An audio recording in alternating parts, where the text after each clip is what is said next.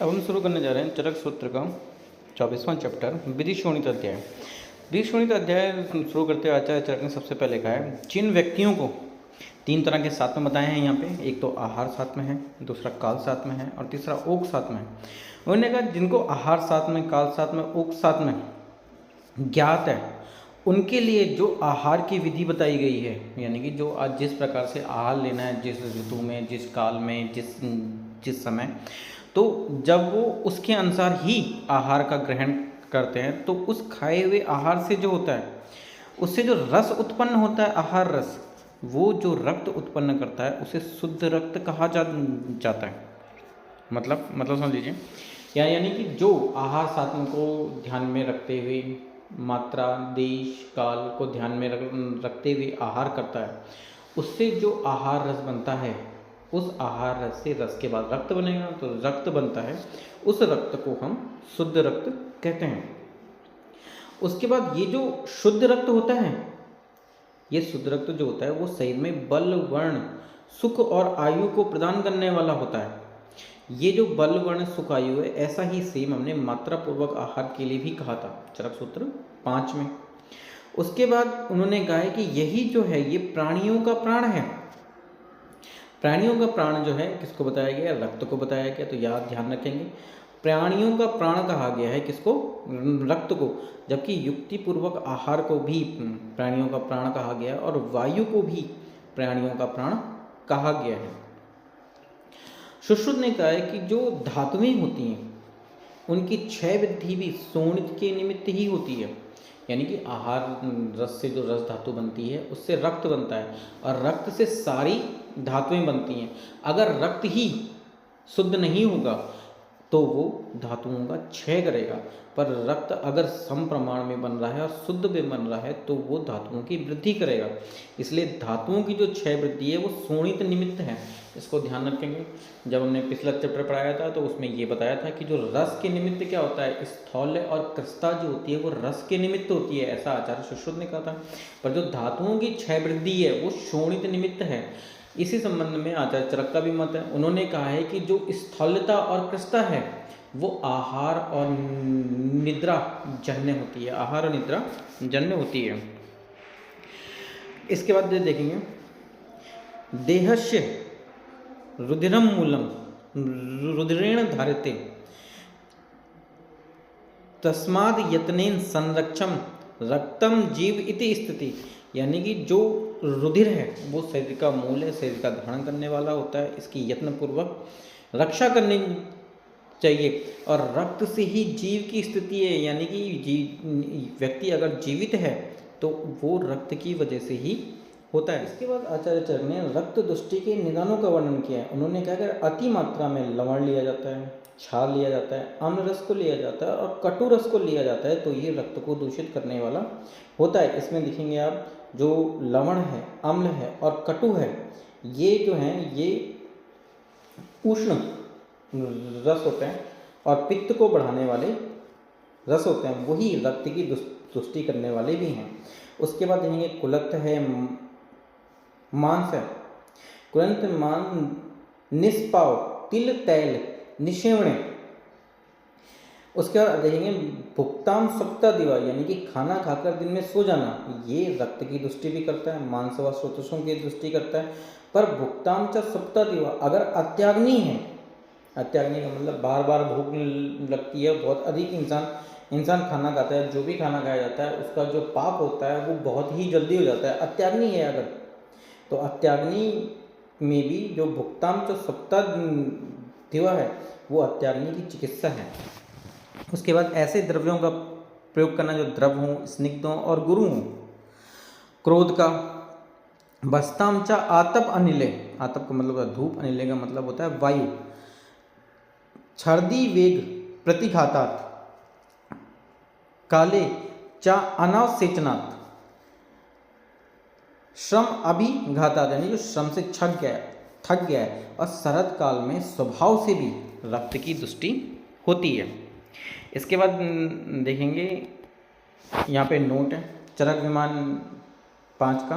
यहाँ पे भुक्ताम च सप्तादिवा, ये मांस और स्वतः दृष्टि का भी लक्षण है, और अत्याग्नि की चिकित्सा भी है, ऐसा चिकित्सा 15 में कहा गया है।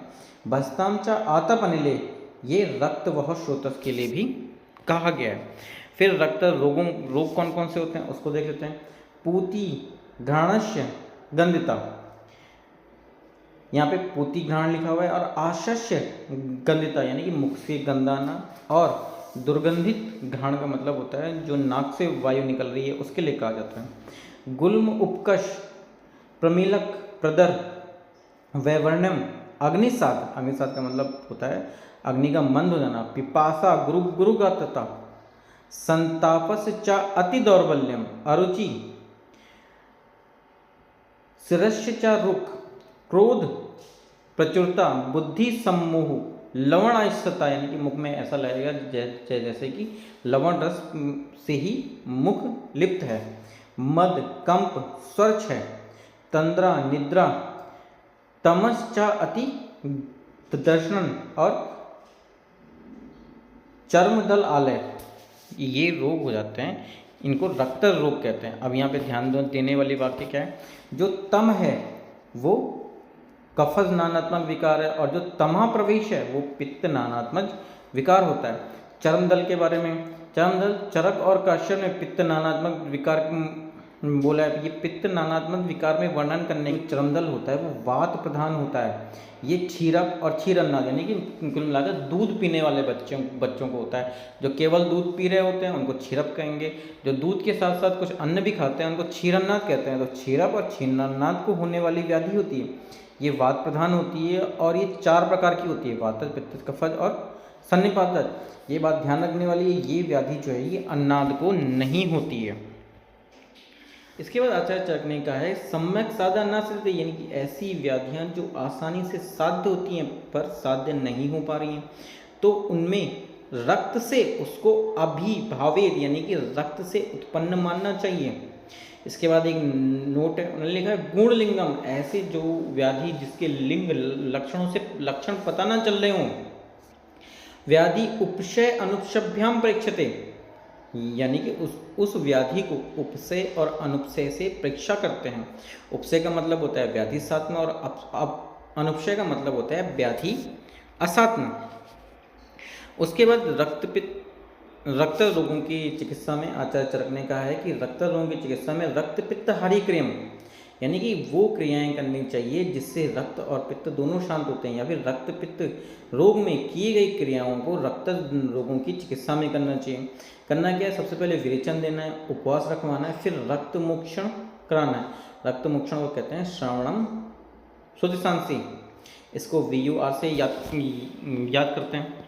फिर यहाँ पे एक नोट है, नोट में कहा गया है जो प्रदर है या अश्रग दर है वो पहली बार किसने डिस्क्राइब किया है, आचार्य चरक ने पहली बार प्रदर को डिस्क्राइब किया है। आचार्य चरक और आचार्य सांगधन ने जो प्रदर है वो 4 प्रकार का बताया है, वातज पित्तज कफज सन्निपातज, जबकि माधव भाव प्रकाश योग रत्नाकर ने जो 4 प्रकार का बताया है उसमें ध्यान रखेंगे, उन्होंने पहले कफज का वर्णन किया है, उसके बाद पित्तज, फिर वातज और सन्निपातज का वर्णन किया है। अब इसमें देख लेंगे, अब कफज का वर्णन पहले कर दिया तो हो गया। जब ये बात मधुकोश टीकाकार ने लिखी तो उन्होंने लिखा कफ का पहले वर्णन किया गया है क्योंकि कफ में वेदनाधिक्य होता है। ध्यान रखेंगे, वात में वेदनाधिक्य नहीं है, कफ में वेदनाधिक्य, इसलिए कफ का वर्णन पहले किया गया है। भाव प्रकाश ने कहा कि प्रथम कफ का उल्लेख जो किया गया है वो रक्त की अभिप्रवृत्ति, यानी रक्त की भी अधिक प्रवृत्ति किसमें हो रही है, कफ में हो रही है, और वेदनाधिक्य भी किसमें हो रहा है, कफ में ही हो रहा है। इसके बाद आचार्य चरक ने रक्त मोक्षण में रक्त निकालने का जो प्रमाण है उसके संबंध में वर्णन किया है। उन्होंने कहा है कि रक्त कितना निकालना चाहिए, बल दोष प्रमाणाद वा, यानी कि जितना मनुष्य का बल हो या व्याधि का बल हो, दोष का बल हो, उसके प्रमाण के हिसाब से जो रक्त है उसको निकालना चाहिए। यहाँ पे एक चीज़ ध्यान देंगे, इन्होंने आचार्य चरक ने मात्रानुसार कितनी मात्रा में निकालना यानी क्वांटिटी की न्यूमेरिक वैल्यू का वर्णन नहीं किया। उन्होंने सीधे सीधे कहा है कि बल दोष प्रमाणाद वा, ठीक है, इतना ही विशुद्ध रक्त को निकालना चाहिए। अब वाग्भट और आचार्य सुश्रुत ने रक्त मोक्षण का परम प्रमाण एक प्रस्त बताया है। एक प्रस्त के लिए आचार्य शारंगधर और आचार्य वाग्भट ने कहा कि इसके 3 प्रमाण होते हैं। ठीक है, एक प्रस्त जो प्रवर रक्त मोक्षण की मात्रा है वो 1 प्रस्त है, जो मध्यम मात्रा है वो आधा प्रस्त है, और जो अवर रक्त मोक्षण की मात्रा है वो 1/4 प्रस्त है। उसके बाद आचार्य शांगधन ने कहा कि चाहे वमन हो, चाहे विरेचन हो और चाहे रक्त मोक्षण हो, 3 में का है, वमन, विरेचन और रक्त मोक्षण में एक प्रस्त जो होता है वो 13.5 पल का होता है। ये बहुत इंपॉर्टेंट है, इसको याद रखेंगे। इसको सीधे ऐसे ही पूछा जाता है कि वमन में या फिर विरेचन में या रक्त मोक्षण में कोई एक तीनों में से एक होगा। शारंगधन ने एक प्रस्त का प्रमाण कितना माना है, तो 13.5 पल माना है। उसके बाद देखेंगे शरद ऋतु में सामान्यतः रक्त दूषित होता है, अतः रक्त मोक्षण जो है वो भी शरद ऋतु में ही करना चाहिए। इसके बाद देखेंगे आचार्य सुश्रुत ने रक्त मोक्षण 2 प्रकार का बताया है। एक तो उन्होंने बताया है सिरावेद और दूसरा उन्होंने बताया है श्रृंग, जलौका और अलाबू से होने वाला। इसको आप याद कैसे करेंगे, सजा से याद करते हैं, SJA सजा से।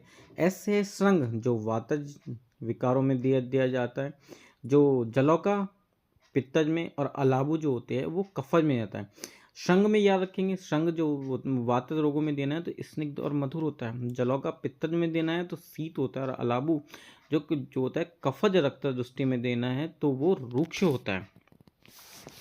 इसके बाद आचार्य चरक ने वातादि दोष से जो दुष्ट रक्त है उसके लक्षणों का वर्णन किया है। तो वातादि से दूषित है वो अर्णाभ होगा, यानी लाल रंग की आभा लिए वो होगा।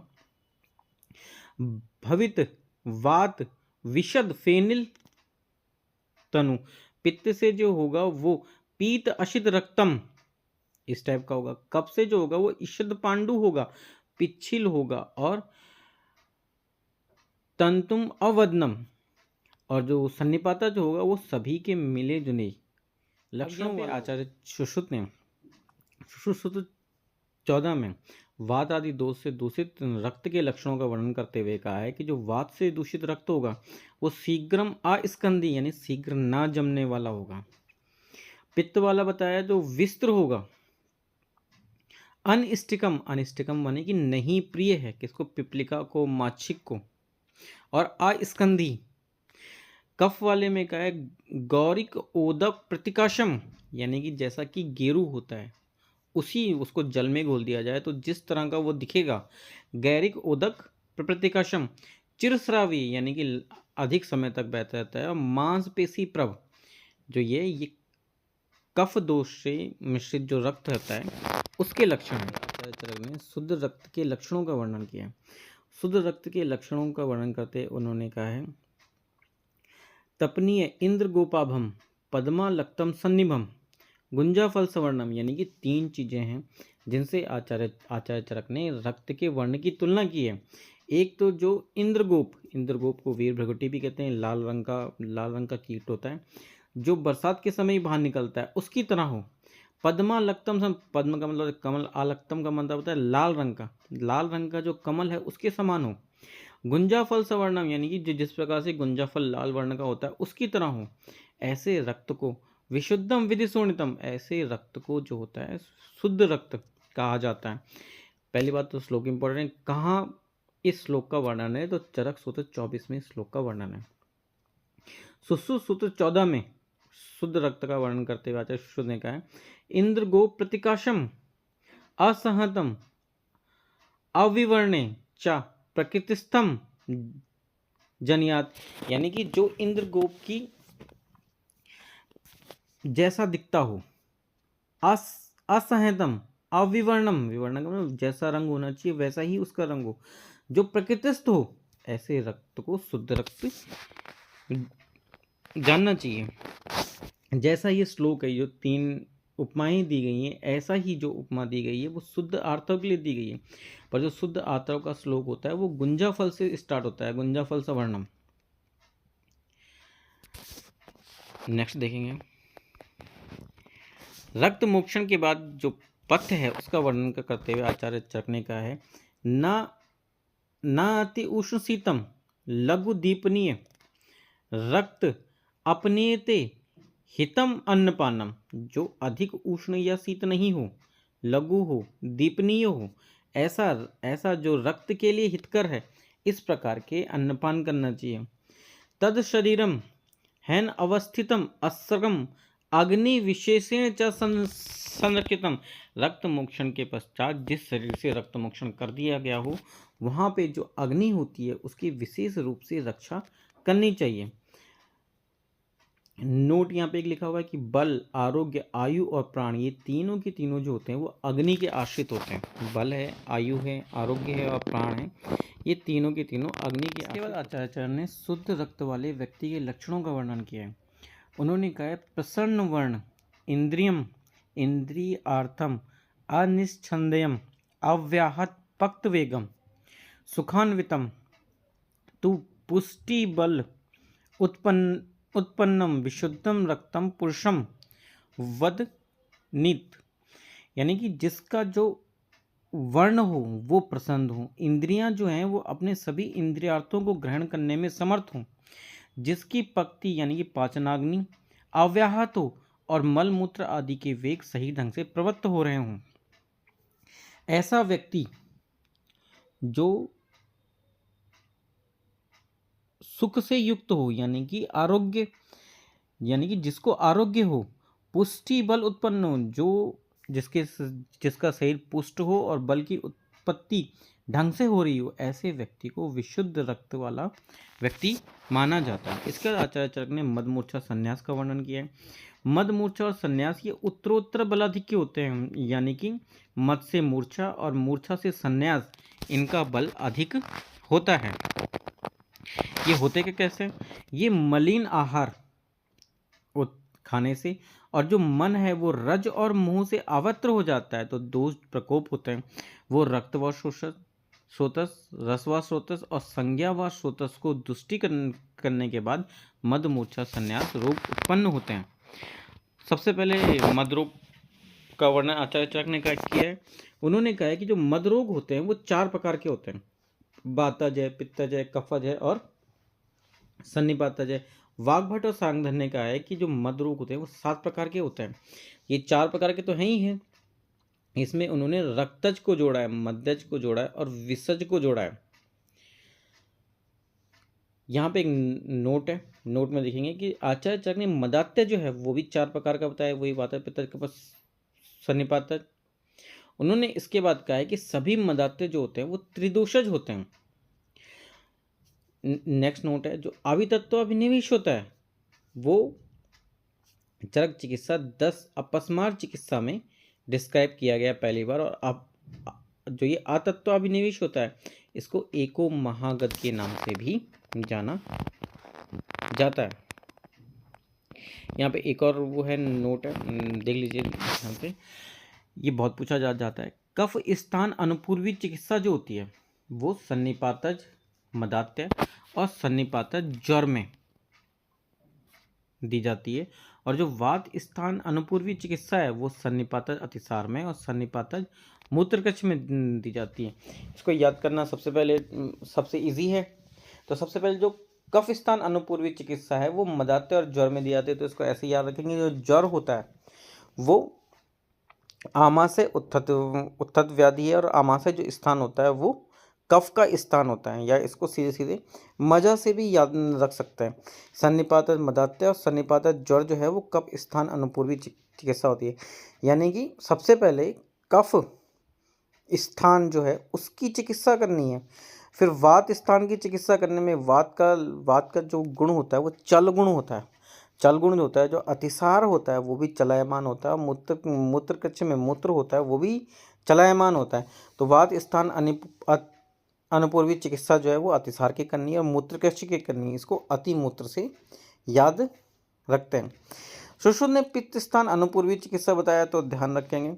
उन्होंने यहाँ से ज्वर ले लिया है, ज्वर को और अतिसार को उन्होंने कहा है कि ज्वर और अतिसार जो है वो पित्त स्थान अनुपूर्वी चिकित्सा है। अन्य सभी जो हैं आचार्य सुश्रुत ने कहा उनकी वात की चिकित्सा पहले करनी चाहिए।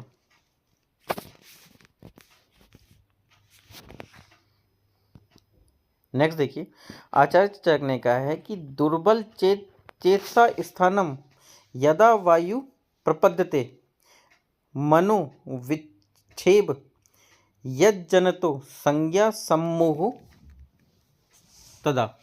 इसका मतलब होता है कि जो वायु होती है अपने कारण से दूषित होकर जो दुर्बल मन वाला स्थान होता है वहां पर जब प्रवेश करती है तो मन को क्षुब्ध कर देती है। मन को क्षुब्ध करते हुए प्राणवा संज्ञा को नष्ट कर देती है। अब क्या होता है, इस प्रकार जो वायु तो पहले से ही क्षुब्ध है, पित्त और कफ दुर्बल हृदय और मन को क्षुब्ध करते हुए मद रोग की उत्पत्ति करते हैं। आगे देखिए, एक नोट है पहले तो, हृदय को चेतना का स्थान जो है वो सुश्रुत ने माना है। श्लोक याद रखेंगे, माना तो हृदय को चेतना सबने माना है, पर श्लोक इंपॉर्टेंट है। हृदय चेतना स्थानम उक्तम सुश्रुतदेहिनम, जहाँ पे स्थानम उक्तम लिखा हुआ है जो सुश्रुत का श्लोक है। हृदय चेतना स्थानम एकम, यानी कि हृदय एक चेतना का स्थान है, ऐसा किसने कहा है? चरक ने कहा है। शिरस्य तालु अंतर्गत सर्व इंद्रिय परम मनम, इस कोटेशन को याद रखेंगे। सिर और तालु के बीच में सभी इंद्रियों में श्रेष्ठ जो है मन विद्यमान होता है। इसके बाद आचार्य चरक ने दोषानुसार मद के लक्षणों का वर्णन करते हुए सबसे पहले वातज मद के लक्षणों का वर्णन किया है। उन्होंने कहा सक्तम अल अल्पम द्रुत भाषम। सक्त का मतलब होता है रुक रुक कर अस्पष्ट। अन अल्पम मतलब कम नहीं यानी कि ज़्यादा बोलता है वो। द्रुत का मतलब होता है तेजी से बोलता है। चलतम स्खलितम चेष्टम, यानी कि वो चलने पर बार बार गिरता है। उसकी जो शरीर की चेष्टाएं होती हैं वो अनवस्थित होती हैं, उसकी शरीर की चेष्टाएं चंचल होती हैं। पित्त वाले में देख लेंगे सक्रोधम परुषम भाषम। सक्रोधम में क्रोध के सहित, परुष यानी कठिन वचनों को बोलने वाला। संग्रह कलिप्रियम, कलिप्रियम का मतलब होता है जिसको लड़ाई झगड़ा पसंद हो। रक्तम पीतकम अशित कृत्वा, यानी कि उसके शरीर की जो आकृति होती है रक्त पित्त या काले वर्ण की हो जाती है। कफ का देखें स्व अल्पम सबद्ध वचनम, यानी कि वो कम बोलता है। और संबद्ध यानी कि बधे हुए, यानी कि एक दूसरे में शब्द ऐसे मिल गए हों इस तरह से वचनों को बोलता है। तंद्रा आलस्य समान्विता, यानी कि ऐसा व्यक्ति जो होता है जो तंद्रा और आलस्य से युक्त हो। पांडु, यानी जिसके शरीर का वर्ण पांडु वर्ण का हो गया हो। और प्रधन्यात तत्परम, यानी कि हमेशा कोई ना कोई बात को वो सोचता रहता है। ऐसा व्यक्ति जो होता है वो कफज मद से पीड़ित होता है। उसके बाद देखेंगे जायते शमसी क्षिप्रम मदो मध्य मदाकृति, यानी कि उसके जो शरीर में उत्पन्न होने वाले रोग हैं वो शीघ्रता से नाश हो जाते हैं। जायते शमसी क्षिप्रम मदो मध्य मदाकृति, यानी कि ऐसा लगता है जैसे कि उसने मध्य का पान कर लिया हो, उसको नशा चढ़ गया हो, इस प्रकार की प्रतीति सन्निपातज मध्य में होती है। इसका आचार्य चरक ने मूर्छा रोग का वर्णन किया है। मूर्छा रोग का वर्णन करते हुए उन्होंने कहा है कि आचार्य चरक ने, वाग्भट ने, शांगधन ने मूर्छा जो है 4 प्रकार की बताई है, वातज पित्तज कफज और सन्निपातज। सुश्रुत ने 6 प्रकार की बताई है। उन्होंने सन्निपातज का वर्णन नहीं किया है, सन्निपातज की जगह पर रक्तज का वर्णन किया है। उसके बाद उन्होंने मध्यज का वर्णन किया है, विसज का वर्णन किया है, यानी कि वातज पित्तज कफज रक्तज मध्यज और विसज। इसका आचार्य चरक ने मूर्छा के दोषानुसार लक्षणों का वर्णन किया है।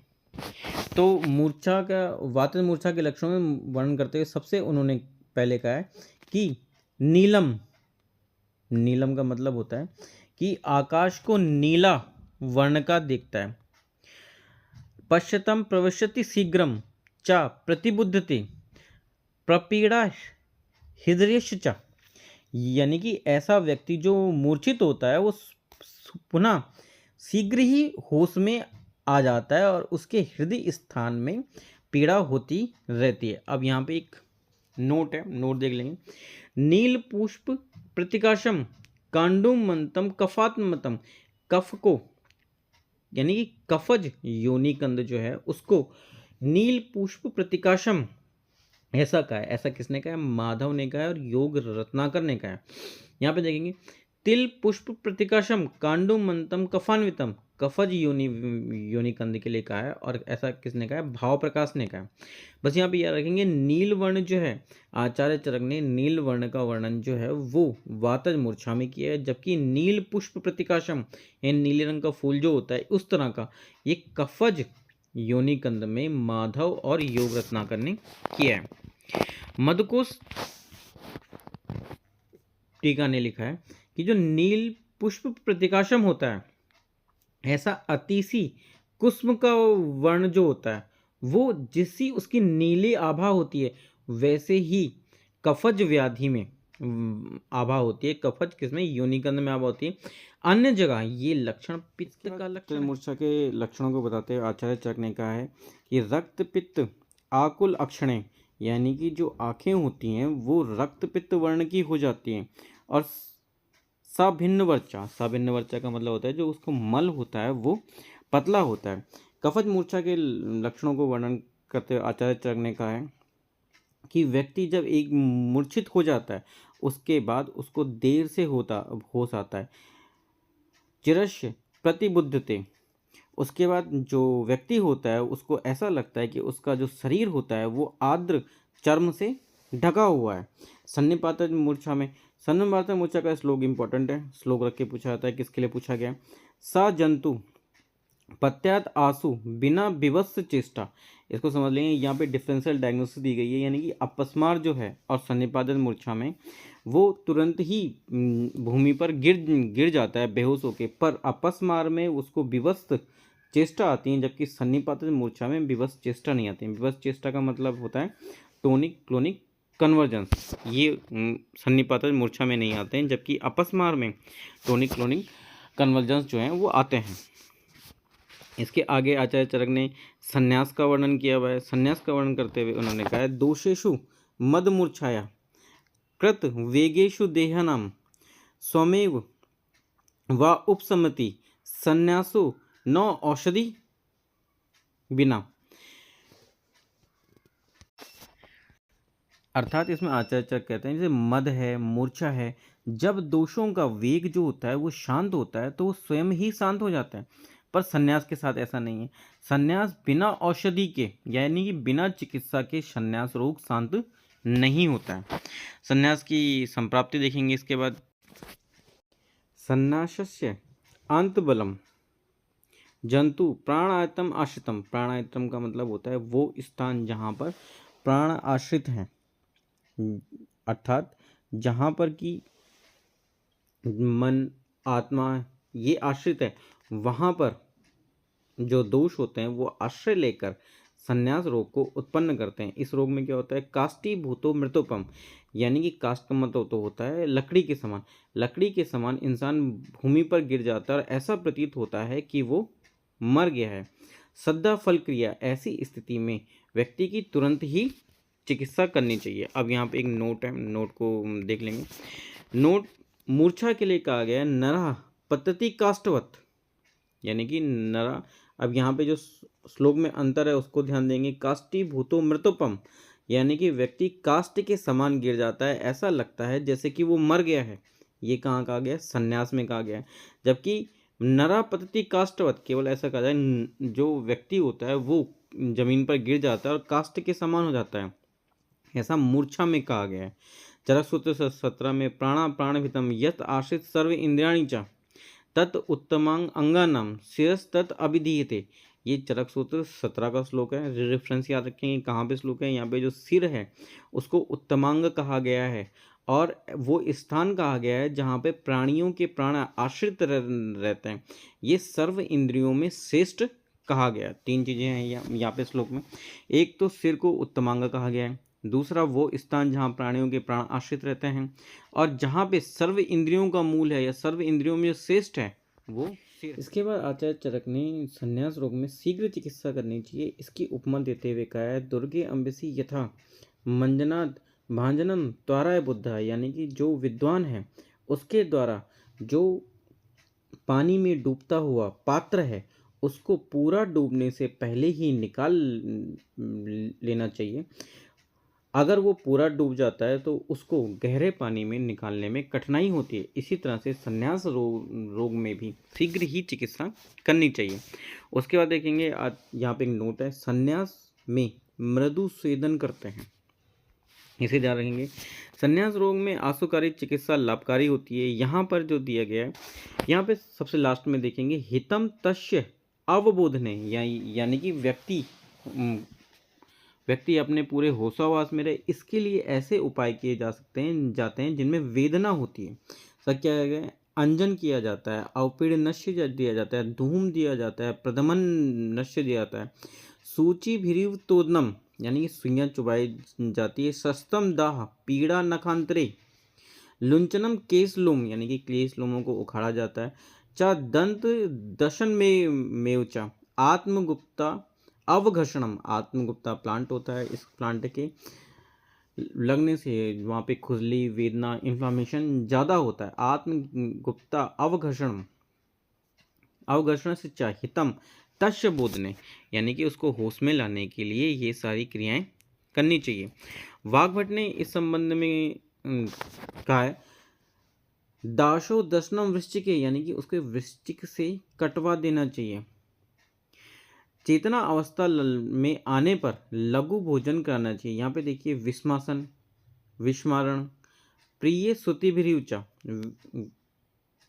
विस्मापन क्रिया है, विस्मारण और प्रिय सुति एवचा, चेतना अवस्था आने पर लघु भोजन करना चाहिए। मद मूर्छा में पंचकर्म चिकित्सा, सर्वप्रथम स्नेह स्वेदन करना है, यथा दोषम यथा बलम, उसके बाद ही पंचकर्म चिकित्सा करनी है। उसके बाद आचार्य चरक ने यहाँ पे 28 औषधियों वाला एक पानीय घृत का वर्णन किया है, पानी कल्याण घृत का वर्णन किया है। सबसे पहले उसमें यही याद रखना है कि 28 औषधियाँ इंपॉर्टेंट है, यानी कि नंबर इंपॉर्टेंट, टोटल 28 औषधियाँ होती हैं पानी कल्याण घृत में, और ये जो है कुष्ठ रोगाधिकार की दवाई है, पर इसको यहाँ पे वर्णन किया गया है। इसके अलावा तिक्तक घृत का वर्णन है, महातिक्त घृत का वर्णन है, षडपल घृत का वर्णन है, त्रिफला देना है घृत मधु और चीनी के साथ, शिलाजतु का प्रयोग दूध के साथ बताया है, रसायन सेवन करने को बताया, और कौम्बे सर्पी का वर्णन है। आचार्य चरक ने कौम्बे सर्पी बताया है, वो 10 वर्ष पुराना होता है। सुश्रुत ने 11 से 100 वर्ष पुराना जो सर्पी होता है वो कौम्ब सर्पी का है। चक्रपाणी ने कहा है, कौम्बस्य दशाधिकस्य, यानी कि 10 वर्ष से अधिक पुराना जो होता है सर्पी है उसको हम कौम्बे सर्पी कहेंगे। इसके बाद एक नोट है, नोट देख लेंगे। वाग्भट, सुश्रुत और ने जो रक्त मोक्षण का परम प्रमाण बताया वो 1 प्रस्थ बताया, जबकि सारंगधर और भावप्रकाश ने 3 प्रमाण बताए, 1 प्रस्थ, आधा प्रस्थ और 1/4 प्रस्थ। ये प्रवर, मध्यम और अवर है। शांगधर ने वमन विवेचन और रक्त मोक्षण के लिए 1 प्रस्थ जो है वो 13.5 पल का माना है। वाग्भट और शांगधर ने रक्त मोक्षण की आयु जो बताई है वो 16 से 70 वर्ष बताई है।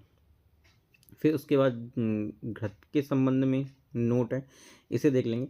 आचार्य चरक ने कहा है कि 10 वर्ष पुराना घृत जो होता है उसको पुराण घृत कहेंगे, और 10 वर्ष से अधिक पुराना घृत जो होता है उसको प्रपुराण घृत कहेंगे। आचार्य सुश्रुत ने 10 वर्ष तक का घृत जो होता है उसको पुराण घृत कहते हैं, और 11 वर्ष से लेकर 100 वर्ष पुराना घृत जो होता है उसको कौम्बे सर्पी कहते हैं, और अगर 100 वर्ष से पुराना घृत है तो उसको महासर्पी कहा जाता है। चक्रपाणी ने 10 वर्ष पुराने घृत को कौम्बे सर्पी का है। योग रत्नाकर ने 10 वर्ष तक पुराण और 100 वर्ष तक कौम्बे सर्पी को माना है। वाग्भट ने गुड़, शर्करा, गुग्गुल और मधु 1 वर्ष पूर्ण हो जाने पर उनको पुराण का है, यानी कि भाव प्रकाश ने सीधे कहा कि अगर गुड़ जो है वो 1 साल पुराना है, शर्करा 1 साल पुरानी है, गुग्गुल 1 साल पुराना है, मधु 1 साल पुराना है, तो इन सबको हम पुराण कहेंगे। अरुण दत्त ने कहा कि 15 वर्ष के पुराने घृत को अरुण दत्त का, एक तो भाव प्रकाश वाला बहुत इंपॉर्टेंट है, इसको याद रखेंगे। सुश्रुत वाला बहुत इंपॉर्टेंट है, और चक्रपाणी वाला बहुत इंपॉर्टेंट है। 10 वर्ष पुराने घृत को कौम्बे सर्पी का है, जबकि सुश्रुत ने 11 से 100 वर्ष को कौम्बे सर्पी कहा है। उसके बाद अरुण दत्त के देख लेते हैं। 15 वर्ष से पुराने घृत को पुराण घृत का। हारित ने घृत जितना पुराना हो उतना ही गुणों में वृद्धि होती है। उन्होंने कोई नाम नहीं दिया, उन्होंने कहा जितना पुराना होगा उतना ही अच्छा है। इसके बाद एक और नोट है, सुश्रुत ने कहा सभी द्रव्य जो होते हैं वो नवीन ग्रहण करने चाहिए। इस एक्सेप्ट क्या क्या है, मधु, घृत, गुड़, पिपली और विडंग। तो इसको ऐसे याद रखेंगे, PMG घृत विडंग, बस ऐसे याद रखते हैं इसको, PMG घृत विडंग। शांगधन ने इसमें धान्य को भी जोड़ा है,